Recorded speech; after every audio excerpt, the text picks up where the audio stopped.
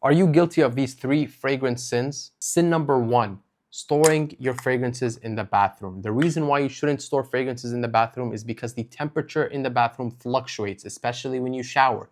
This can damage the notes of the fragrance, it can affect the longevity, it could change the smell even, so definitely don't do that. Sin number two is spraying a fragrance and then rubbing it right after. The reason why you shouldn't do this is because you're essentially destroying the top notes of the fragrance. By rubbing, you're adding an element of heat, which is going to affect the dry down of this fragrance. It could change the dry down, and it could also potentially ruin the longevity and the projection of your fragrance. And finally, sin number three is overspraying or underspraying your fragrances. Every fragrance has its own sweet spot for a number of sprays. Some fragrances are very heavy, very loud, and don't require that many sprays, whereas others are not as heavy and require a lot of sprays. For these heavier fragrances, you don't want to overspray so that you don't overwhelm people around you. And for these lighter fragrances, you want to overspray so that people can actually smell you, or so that you can actually smell your own fragrance. And let me know if you are guilty of any of these three fragrance sins.